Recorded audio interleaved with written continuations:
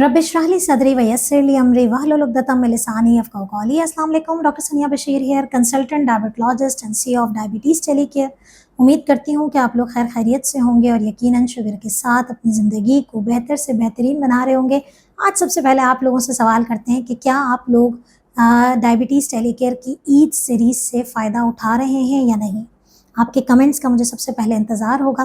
बढ़ते हैं आज के टॉपिक की तरफ। आज का टॉपिक ईद उल अज़हा की ही सीरीज़ का एक टॉपिक है और वो टॉपिक है शायद बहुत सारे लोगों का फेवरेट, शायद बहुत सारे लोगों का टोटली नापसंदीदा, शायद बहुत सारे लोगों ने जबरन और मजबूरन इस पे अपनी इस ख्वाहिश पे काबू पा लिया है और बहुत सारे लोग अब भी कुर्बानी का इंतज़ार, कुर्बानी की ईद का इंतज़ार इसलिए करते हैं कि उन्हें ये चीज़ खाने को मिलेगी। आपका ताल्लुक़ किस कैटेगरी से है ये भी मुझे ज़रूर बताइएगा। जी हाँ, हम बात कर रहे हैं पाए के हवाले से।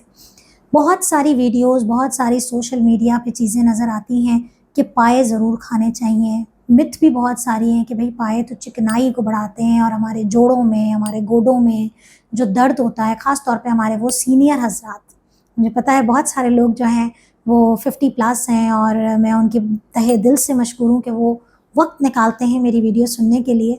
जी हाँ, मैं आप सब से मुखातिब हूँ कि आप लोग जो वीडियो सुन रहे हैं, ये सोच रहे हैं कि चिकनाई पाए के अंदर जो मौजूद है, वो हमारे जोड़ों के लिए, हमारे कमर के लिए बहुत अच्छी है। तो इसके पीछे क्या हकीकत है, इस वीडियो को अंत तक ज़रूर देखिएगा और देखते हैं कि पाए की असल हकीकत क्या है।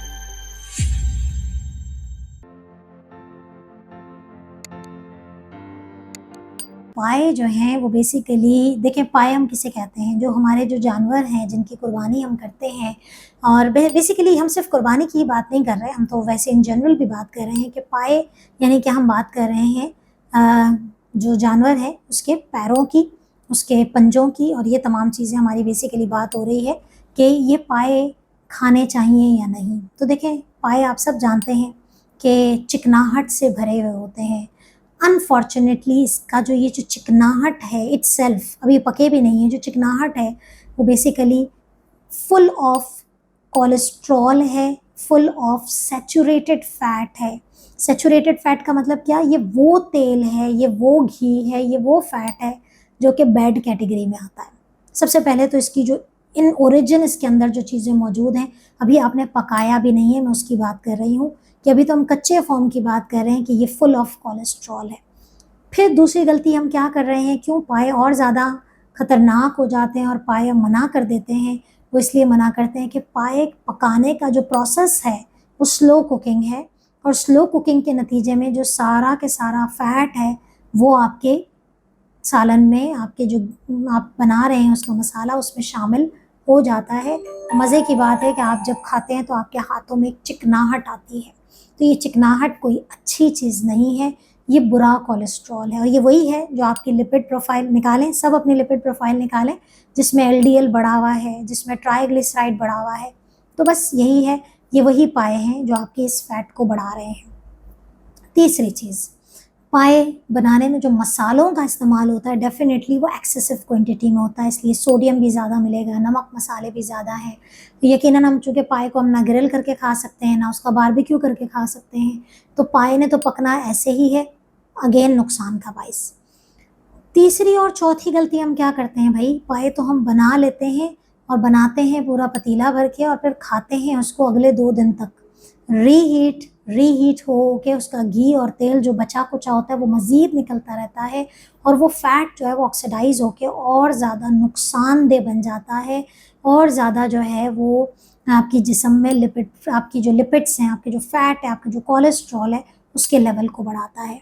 तो चौथी बात, जो पाए में जो आप जो नली है उसके अंदर जो बेसिकली बोन मैरो होता है, जो चिकनाहट है जिसे हम निकाल के खाया जा रहा होता है, वो बेसिकली किसी सूरत भी फ़ायदेमंद नहीं है जब हम उसे एक मीज़ान में अगर तोलें कि इसके अंदर जो मसाले और जो चिकनाहट और सोडियम का जो कंटेंट अगर हम देखें और दूसरी तरफ हम इसका फ़ायदा देखें जो कि बोन मैरो में जो कोलेजन होता है, जो चिकनाहट, वो चिकनाहट है जो बचपन से हमें कहा जाता है कि ये खाएं, बड़े होके कमर मजबूत होगी, घुटने मजबूत होंगे। ये तो देखें, एक एज ग्रुप है उसके हिसाब से सही है। अगर टाइप 1 डायबिटिक है, बच्चा जो है वो अंडर वेट है, आप उसको खिलाएं क्योंकि उसको जो वो कोलेजन मिलेगा बेसिकली वो फिर फ़ायदा देगा, क्योंकि अगर मैं किसी बड़े की, किसी मोटापे वाले इंसान की, किसी ऐसे इंसान की जो टाइप 2 डायबिटिक है, किसी की लिपिड प्रोफाइल दवाइयों से कंट्रोल है, अगर मैं उसको कहूँ कि उसके लिए ये कोलेजन ज़्यादा इम्पॉर्टेंट है या ये जो इतना इसके जो नुकसानात हैं उसका मैं क्या करूँ? वो नुकसानात का जो तराजू है वो भारी है और ये जो है वो इसका फ़ायदा कम हो जाता है। तो जब भी आप किसी चीज़ के फ़ायदे और नुकसान को देखते हैं ना, तो फिर हम उसके फ़ायदे को देखते हैं कि वो फ़ायदा एक्चुअली हमें कितना पहुँचा रहा है, कहीं नुकसान ज़्यादा तो नहीं हो रहा। तो जो इसका फ़ायदा है वो कम है और नुकसान बहुत ज़्यादा है। सिंपल सी कहानी है, ये बेसिकली इसका है। नुकसान ज़्यादा है, फ़ायदा कम है, तो इस फ़ायदे के चक्कर में इस नुकसान को नहीं भुगता जाएगा। तो इसलिए वो तमाम हज़रात जो कहते हैं कि हम थोड़ा-सा खा लें, ये प्लीज़ इसको ज़रा मार्क कर लें।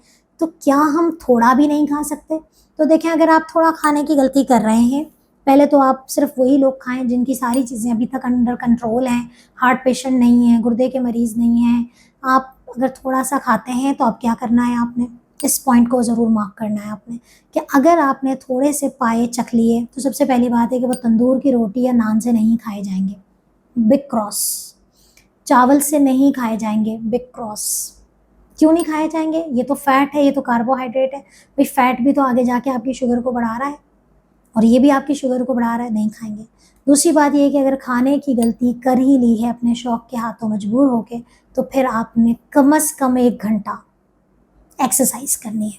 पाए खाने के बाद 1 घंटा अगर आप तेज़ी से चहलकदमी करने को तैयार हैं, तो पाए भी खाएं और अगले दिन निहारी भी खाएं।